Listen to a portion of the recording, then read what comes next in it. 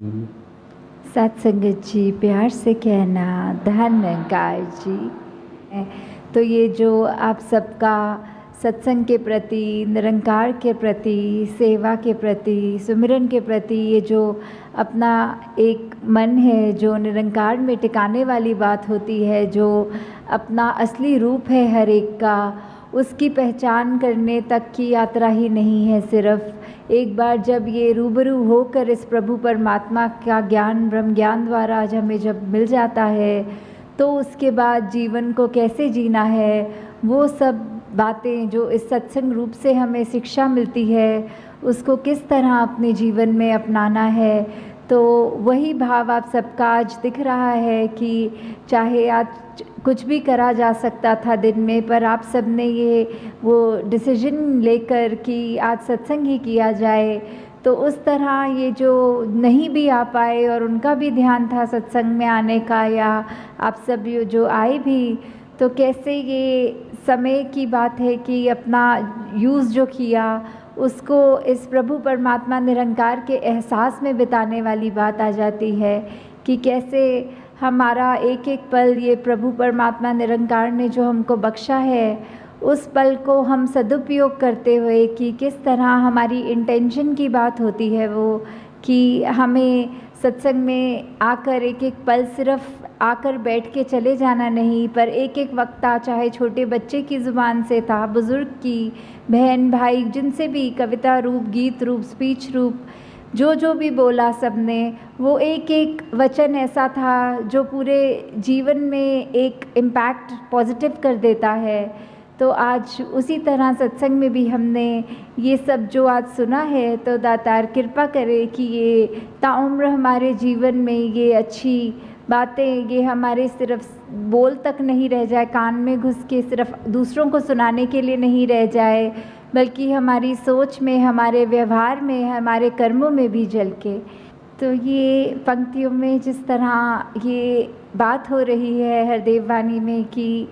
ये सुख की बात है, ये जो हर एक को जो अपने जीवन में सुख की प्राप्ति करने के लिए क्या एक रास्ता अपनाना है, जिस तरह अभी सत्संग की भी बात हुई, उस तरह यही कि युगों युगों से देखा जाए तो संतों का तो दिल ऐसा ही हुआ है जो सिर्फ अभी की बात नहीं है, चाहे कलयुग हो, सतयुग हो, द्वापर हो, कोई भी समय ले लें, कि संतों ने तो हमेशा यही चाहा है कि एक जो हर एक को कैसे मन में चैन दिया जाए, हर एक को किस तरह अपने असली रूप इस परमात्मा का दर्श दीदार करा दिया जाए, और कैसे उस तरह फिर एक जो पहचान कराई जाए, अच्छे गुण दिए जाए, उसी में ही एक ये परमानेंट सुख छुपा है। छोटे छोटे सुख तो कहीं ना कहीं हर समय पे मिल जाते हैं, पर ऐसा कौन सा सुख है जो हर समय एक जैसा ही हो और वो उस सुख में कुछ बढ़ा ना जाए, कोई घटा ना जाए। तो वो वाला सुख जो एक ब्लिस की अवस्था होती है, जो एक चैन से भी ऊपर उठ के, खुशी से भी ऊपर उठ के जो वो सुख है, तो वो सुख सिर्फ तभी मिल सकता है जब हम संतों का संग कर लेंगे। कि संतों का जब तक संग हमारे जीवन में आएगा नहीं, तब तक हम कैसे अपने जीवन को उस मुकाम तक लेकर जाना संभव नहीं होता, क्योंकि संत ही हैं जो हमको प्रेरणा देते हैं हमारे जीवन को सुधारने के लिए। और एक बार हमें वो जब पता लग जाता है कि ये क्या सच्चाई है, तो हम अपने जीवन में एक वो परमानेंट सुख, एक जो हर समय रहने वाला सुख, उसको प्राप्त कर लेते हैं। हाँ जी। भला सोचते जो औरों का खुद अच्छे बन जाते हैं, सच्चाई के साथ रहें तो खुद सच्चे बन जाते हैं। तो ये सच्चाई जो हमेशा के लिए ही सच्चाई है, जैसे कोई सच्चाइयाँ ऐसी हैं जो अभी हैं, कुछ पल के बाद नहीं है। जैसे अभी अगर रात्रि का समय है तो कुछ घंटों के बाद वो झूठ हो जाएगा, क्योंकि वो दिन हो जाएगा। तो ऐसे कुछ सच्चाइयाँ कुछ समय के लिए रहने वाली सच्चाइयों की यहाँ बात नहीं हो रही। वो बात ही कि कैसे एक निरंकार प्रभु परमात्मा, यही सच्चाई ये तब भी थी जब ये ब्रह्मांड बना नहीं था, ये धरती बनी नहीं थी, और ये तब भी रहेगा जब सब कुछ ख़त्म हो जाएगा। हर कुछ जो माया का रूप है उस रूप से हटकर जो भी है वो सब निरंकार है, वही एक ही सच्चाई है, कायम दायम रहने वाली सच्चाई।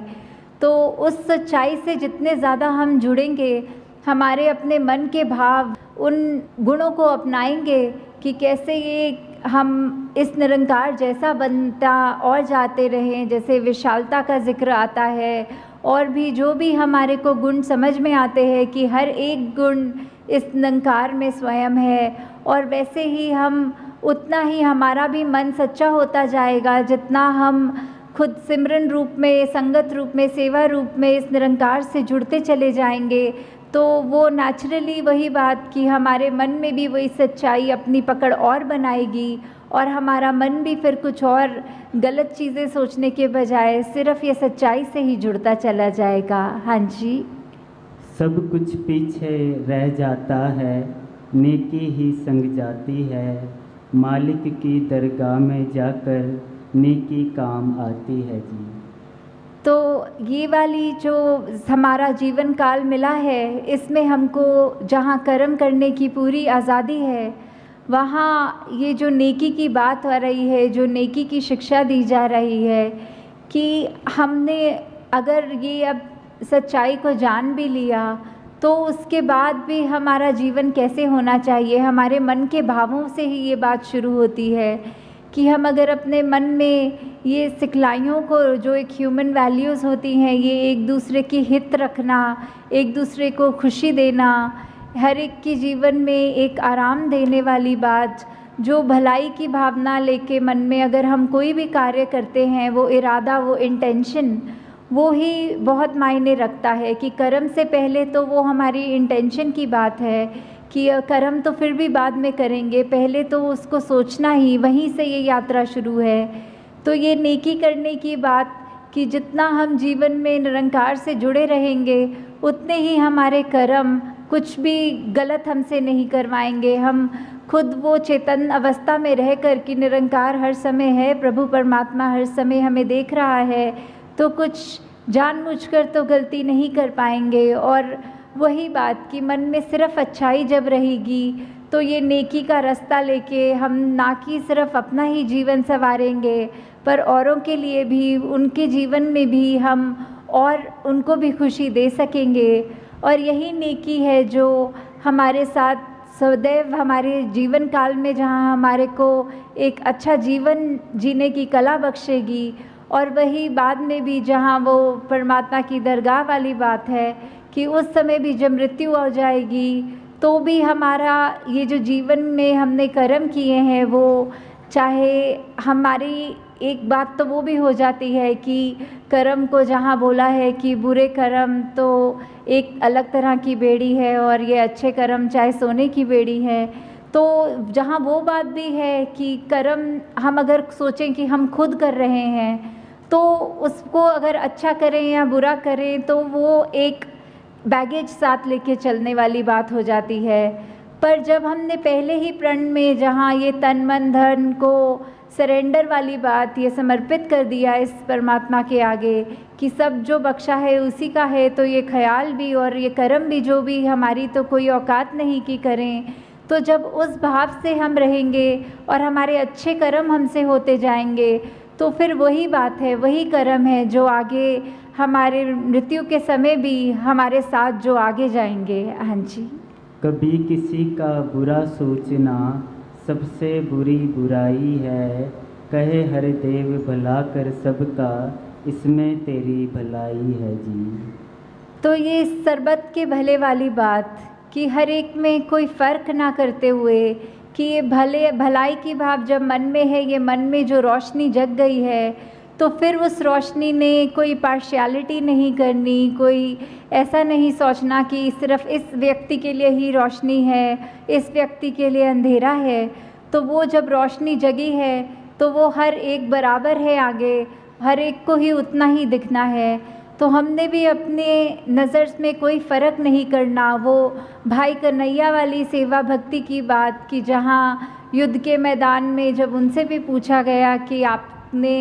ये सेवा रूप में पानी पिलाना है, तो उन्होंने कोई फ़र्क नहीं किया कि ये हमारी सेना है और ये दुश्मन की सेना है। उनको भी वही भाव लगा कि सभी अपने हैं। ये जो अपनापन, ये जो सभी अपने वाली भाव है, वो उस भाव से जो सेवा की गई उनकी भी, तो वही एक मूल बात है कि जब ये परमात्मा प्रभु ये ही एक है और हम उसके संतान, चाहे कितने भी भिन्न भिन्न दिखते हों, आदतें कितनी अलग हों, खान पीन, कोई पहनावा, कोई रहने की जगह, कोई देश, जितने भी अलग हम उस तरह दिख रहे हों, पर ये जोत तो एक ही है जो हमारे साथ है, जो हम जिसका अंश अपने आप को बोलते हैं, परमात्मा का अंश ये आत्मा, सब में वही एक बराबर आत्मा है। तो कोई उस तरह का फ़र्क ना जब करें और अपने आप पे ये सुधार हमेशा जारी रखें कि हम बस अपना एक जो सही मार्ग है उस पर ही चलते रहें, ठीक बातें करें, सही अपना उच्चारण रखें, तो वही बात हमारे जीवन में खुशबू भी जहाँ डालेगा, वही हमको और निम्रता की ओर भी लेकर जाएगा। हमको अपने कर्मों के ऊपर वो अभिमान भी नहीं होगा और हमेशा वो सेवा भावना जहाँ सभी अपने हैं, उस नज़रिए की तौफीक भी हमको हमारे साथ रहेगी। तो दासी सभी से यही एक कामना करते हुए कि निरंकार का जो पहचान हमें मिली है, हमको अपने कर्मों में ये एक एहसास हमेशा रखना है और साथ ही जहाँ अपने आप को तो ठीक मार्ग पे सेल्फ करेक्शन मोड पे रख के हर चीज़ को करना है, साथ ही कोशिश ये भी हो कि हम जितने भी और हमारे जानने वाले हैं, हम उन तक भी ये सच्चाई की वे आवाज़ पहुँचाएँ कि जिस तरह हमको ये तौफीक मिली है, दातार कृपा करे हर एक के घर में एक ये ज्ञान उजारा होकर उनको भी ये रोशनी मिले। सत्संगत जी, धन्यवाद जी।